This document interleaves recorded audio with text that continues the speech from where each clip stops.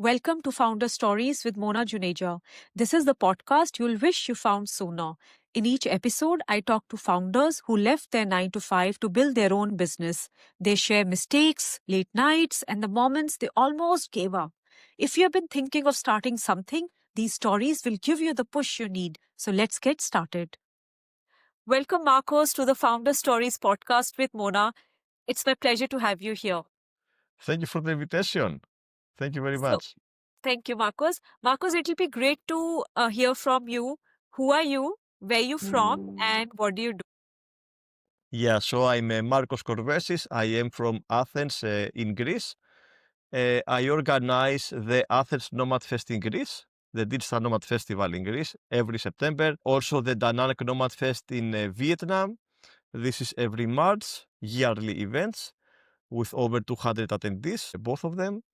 And I also organize 2 weekly events in Da Nang for skill sharing workshops and freelancing mastermind meetups, and also a co-working weekly event in Athens with also my colleagues.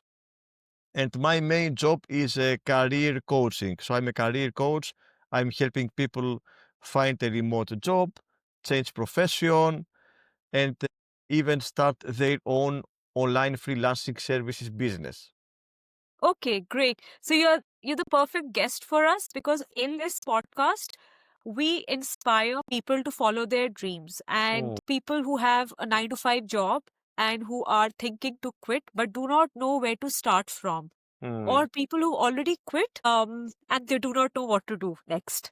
So you're a career coach and you help people transition from 9 to 5 to whatever their hearts desire.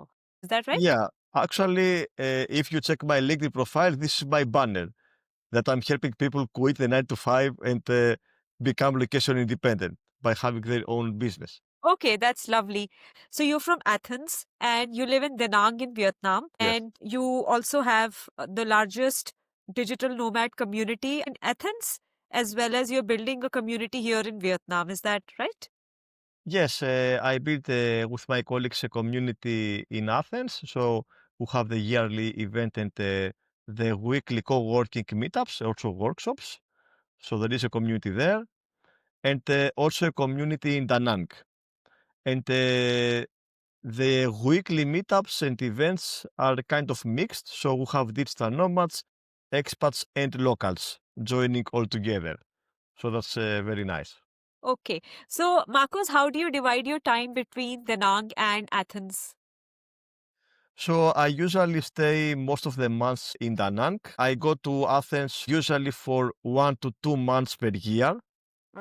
And I also have a few other travels. For example, the last 2 months I was in Japan for nomad events in Fukuoka, Goto Islands, Nagasaki, and Okinawa. And in January, I'm going to Chiang Mai for another nomad event. Actually, I plan to book my flights after our call. All right. I did not know about this Chiang Mai Digital Nomads event. Does that happen every January? It's every January. It's one of the oldest nomad events before COVID. They started before COVID, then they paused for a few years with COVID. They started again last January. So this is the second event after COVID. And the event is called Nomad Summit. It is middle of January, like the last two weeks of January, let's say. Okay. And it happens in Chiang Mai. Yes, Chiang Mai, Okay. Thailand. Thanks for that. Athens in September, Chiang Mai in January, and Da Nang in March.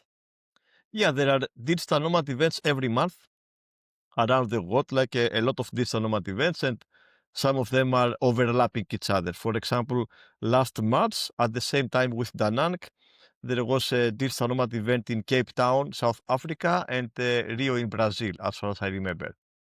Okay, great. So, Marcos, let's now deep dive on what are the initial first basic steps for anyone thinking to quit their 9 to 5 job. Hmm. Yeah, from my perspective, the most important thing is clarity, like to know what they want to do. So that's the most important thing. For example, if they want to start their own online business with online services, there are more than 300 jobs that they can do online. So they need to choose which one they like more.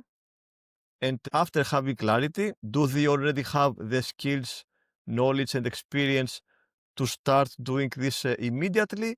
Or should they firstly, take some online courses, educate themselves, learn some skills, and do the business later? So it's very important to have clarity what we want to do, what kind of job, who is our target audience, how much we can charge, how we can find our clients. So all these things. And if we have the skills to do this, or if we need to educate ourselves first and then start the business. So yeah, there are some steps. Oh, so clarity on what you exactly want to do, and second, skill sets. Whether do you have Yes. the skill set, or if you don't have, then you can always take a training or learn online and then start proceeding in that direction. All right. Okay, that's great. So right now you said you're based in Da Nang and you help people. How do you do that? So do you have a course or do they have to take a particular sort of training? How long is the training for? So yeah, I'm a career coach the last 8 years. Mhm. And I do everything online. I have clients from more than 50 countries. And I help them with one-to-one sessions so far, mostly one-to-one coaching sessions and consulting. And I mainly offer 3 services. So one service is for the people that they know what they want to do. And it's only one call, 90 minutes, super practical. We check their CV, if their CV needs some updates, their LinkedIn profile, and how to update their LinkedIn profile on sections and settings, and how to properly use LinkedIn for personal branding, networking, thought leadership, and job search opportunities. We also talk about job search strategies, including freelancing, and many other things in just 90 minutes. And I also share with them over 20 digital tools like ebooks, presentations, webinars to study more and get some more insights. So that's very practical. I also help them after that. After the call, I continue to help them with emails and messages if they have like questions or if they need feedback. That's one service. The other one is the Ikigai journey. That's how I call it. This one is 7 coaching sessions with 10 exercises. And this is a better fit for the people that they don't know what they want to do, or they have different options and they don't know what to choose. So the people that they don't know what they want to do, or they have many options and they want to decide, we do this service. So this one, we explore many things, personal and professional, because we are humans. We are not only professionals. And it's very important to clarify what is our ideal living environment, like ideal place, what kind of people we want to be surrounded with, what kind of hobbies we want, what are personal goals.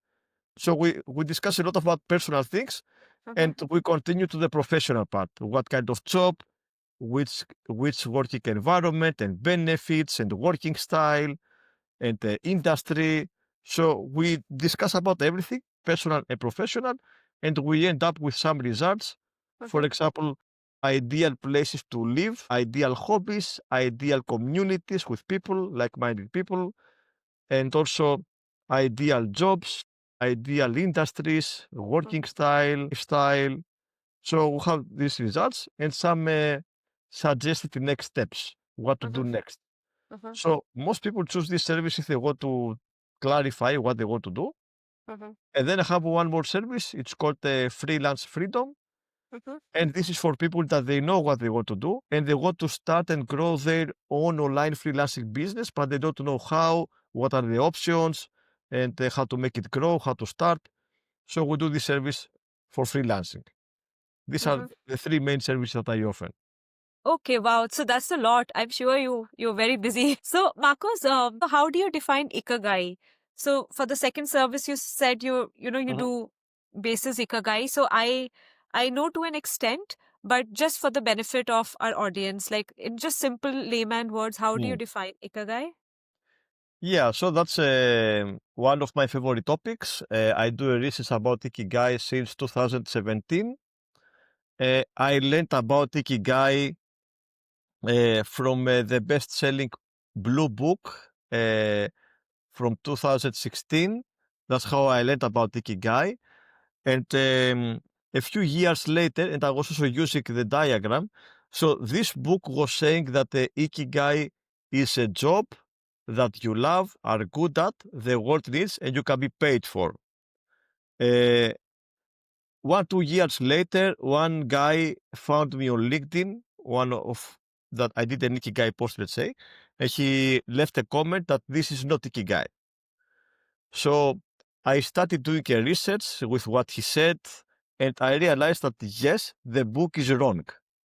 So the What? The book is best-selling wrong. book, yeah, the best-selling book that has I don't know how many millions I read it. Yeah. of copies and sales, it's wrong.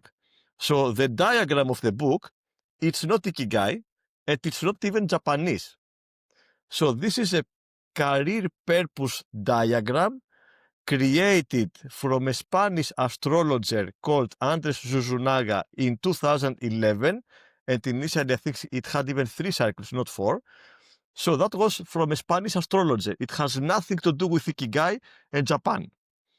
And I had the pleasure to be in Japan the last 2 months, and also Okinawa and Ogimi village, that they call it the Ikigai village. And I bought the original Ikigai book from Mieko Kamiya. It is only in Japanese. It's not translated in English. And this book is from 1966. And actually, the original Ikigai philosophy is over 1,000 years old. So the diagram of the blue book is from 2011, but Ikigai philosophy is over 1,000 years old. And so completely different. And I also bought the book of the guy that he commented on my post. This guy is Nicholas Kemp. He also wrote the book Ikigai Kan in 2022, if I'm not mistaken. And he also gave me his book because I invited him to Okinawa when I was there, and he came to Okinawa. We were together for 1 week. So we're talking about Ikigai and all these things. He gave me his book, which is in English. And I learned what is the real meaning of Ikigai. So Ikigai is anything that brings us joy and fulfillment. For example, Ikigai can be your hobby, your relationship, your pet, your favorite coffee, daily ritual. It can be also a job, but it's not only a job. It can be many things. So Ikigai is anything that brings you joy and fulfillment. It's not necessarily a job. You don't need to be good at it. And it doesn't need necessarily to be useful for the world. You can do it for yourself or for a few people or whatever. So it's very different than the meaning, than the diagram of that book, let's say. Okay, I'm so glad I asked this question, Marcos, because I was under the impression that Ikigai is like the diagram which you are speaking about, what you're good at, Yeah, your skill set, and what can get you revenue. But yeah. then you're saying Ikigai is anything that brings you joy and fulfillment, even if it is sunbasking or having a cup of coffee. Or, Food or a snack or whatever, anything. yeah. And there is so Ikigai is the source. So for example, this is an iced matcha. Uh-huh. So this for me Ikigai, I really like matcha. So Ikigai is the source. So this Ikigai, what I feel while drinking the matcha, it's Ikigai kan. So Ikigai Ikigai kan. is the feeling that the source is bringing to us. Okay, so Ikigai is the source, but Ikigai Yeah, gun is the feeling that the yeah, source is. Okay, understand. exactly. Ikigai Yeah. and Ikigai kan. But the funny thing is that in Japan, they don't really use this concept. So they don't really talk about Ikigai. It's not a very common word, let's say, to discuss. Oh, And the most common word in Japan is, as far as I remember, is called yarigai. Yarikai. And yarigai is actually more connected to business purpose. So yarigai is more connected to the Venn diagram of the blue book, let's say. And this is more Got it. common word in Japan. They use it way more often than Ikigai. Yarikai. Yarigai, yeah. Okay. Good I asked because I had no idea. How was your experience, Marcos, in Japan? It's my dream to visit Japan, and Yeah. I'm planning to go to Japan next year with my husband. Yeah, so it was my first time in Japan, and I was completely shocked with how different is the culture, the Japanese culture, from everywhere I have been to. For example, some examples like differences, like most Japanese people, they don't say no. So it seems that they have a mindset that they need to be kind of diplomatic answers to not cause arguments and disagreements and fights and stuff like that. So even if they don't like something, they usually don't say no. They say something else that you cannot understand if it is a no or something else. So that's one thing, like they don't really say no. Another thing is that they say that many people, they don't say I love you. They say different things, but not I love you. Another thing is that impressed me was that Japan is super clean. So everywhere I went to Japan, Nagasaki, Goto, Fukuoka, Okinawa is super clean. Everything is super clean. And they don't even have bins on the streets. So if you have like a cup that you want to throw away, you will need to bring it to your home because there are no bins on the streets. Or you may find a bin at a grocery store, for example, in a convenience store to throw it away. Another difference is that Japanese people, they don't really speak in public transportation. So if you are in a bus, a subway, a train or something like that, they don't speak. It's not allowed to speak. It's not allowed. No, it's not allowed. It's disrespectful for them. And I also noticed that or to have loud music, for example, with the earphones, this is also not allowed. So you can't listen to music?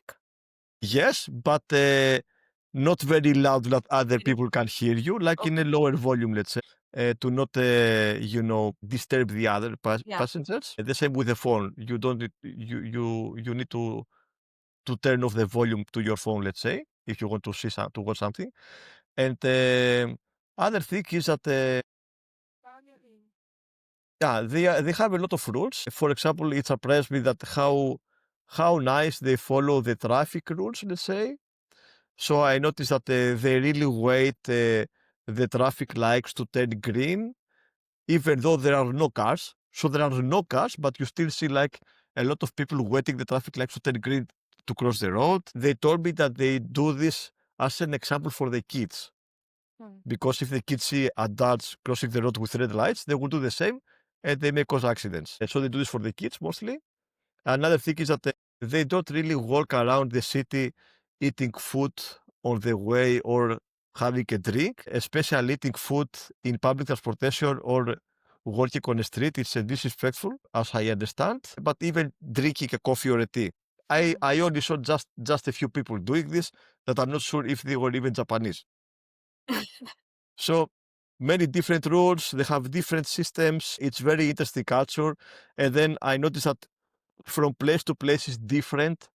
Like some places are, let's say, more friendly than others, more open to foreigners. There are some people that they don't like foreigners. Some others are okay. So it also depends on the place. Okay, Yeah. very interesting. So yeah, that's what I've heard about Japan.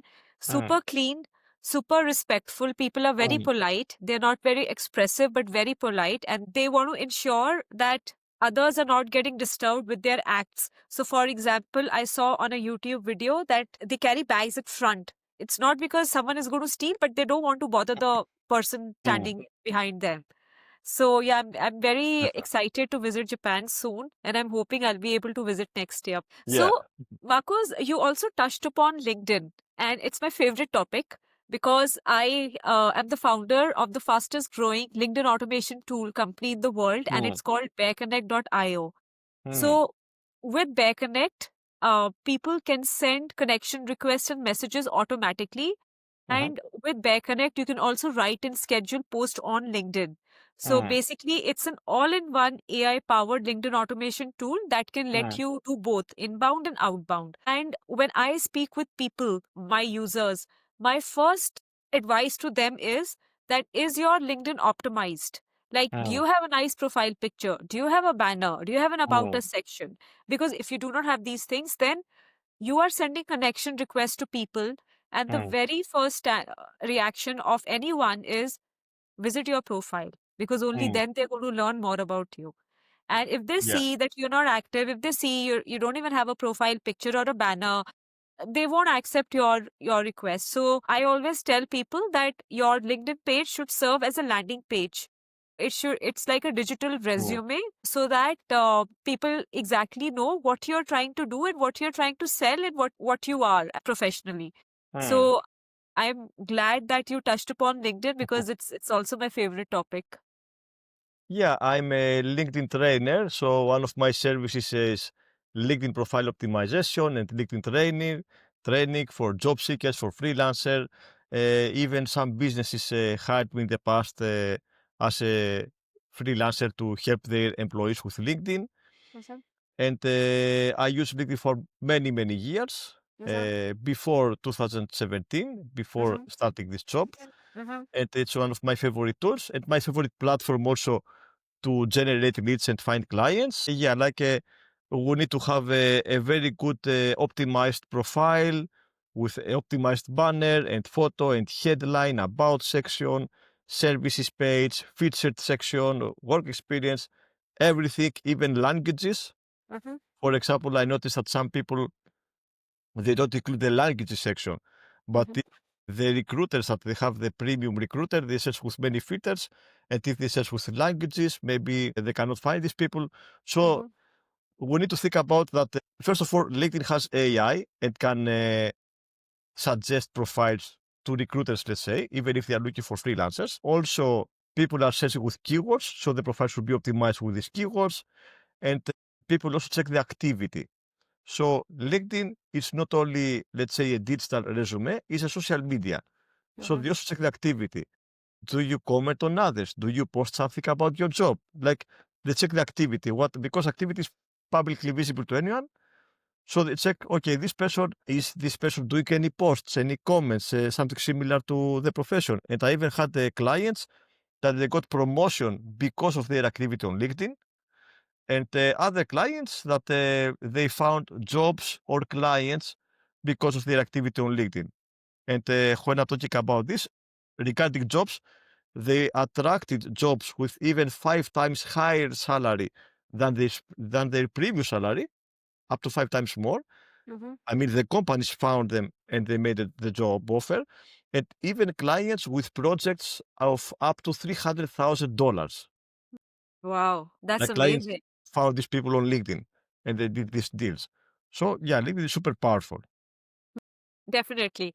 So, Marcos, before we wrap up, I have one more question. So, if you could go back to day one of your startup, what would you do differently? Yeah. Um, so first of all, I had, let's say, my previous business from around 2018, like my first business from around 2018 till the beginning of this year, till the beginning of 2025. And in the beginning, we were 2 shareholders, then we became 3. Then we had like a team of around 10 people. They were all freelancers, but we were a team. And but at the same time I was traveling the world. So what I didn't know back then, first of all, was that I could hire a virtual assistant to help me in the beginning. So in the beginning, that I was just me doing the secretary, the sales, the delivering the services. I was doing everything except marketing. I had a colleague doing the marketing and the website updates. I didn't know about virtual assistants, and there were times that I had a lot of leads but very limited time, and I was replying to the leads even 3 weeks later. Like, hello, you requested an offer 3 weeks ago. Are you still interested in that offer? So I lost so many clients because of that. So very important, hire a virtual assistant. You can find a freelancer virtual assistant for even 1 hour per day or just a few hours per week. And then you can make it part-time or even full-time, or even have more virtual assistants if you want, that can help with social media, with administrative work, customer support, even sales, and many different things. So that's one of the most important things. Hire a virtual assistant from the beginning when you feel that you don't have enough time to do everything. Another important thing is like if you do online services, pay attention about where you register your business.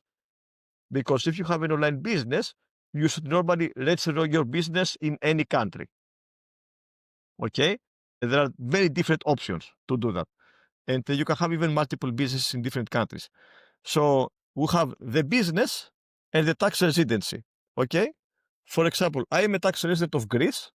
I will probably become tax resident of Vietnam because I want to stay here for almost all the year. And my previous business was Greek, and my new business is American. So for me, because you also need to check what is happening with your passport and your current tax residency and everything, what are the deals. But for example, for me, I realized many years later that I could save over $50,000 from Wow. taxes and other business fees, like government fees, if I had my business as an American business from the beginning. Or even if you actually for the last 3 years, if it was from the beginning, I would save way more money. But in 3 years, I could save over $50,000. And I didn't know. I even had business coaches that they didn't tell me, they didn't know, or even accountants. So I spent over $50,000 for no reason. Wow. Just because Yeah. my business was Greek. If it was American, I could save all this money, but I didn't know, for example. Yeah, great advice, Marcos, because my business, Bear Connect, is also registered in the US. It's Mm, registered in Wyoming in the US. And I yeah. used to live in Amsterdam till May of this year, and then I Mm, left. And now I just travel the world. But the plan starting next year is mm, to stay in India for 6 months so that mhm, we pay taxes here. And mm. then 6 months we travel the world. That's what the plan is from tax point of view. Yeah, and there is also the tax residency.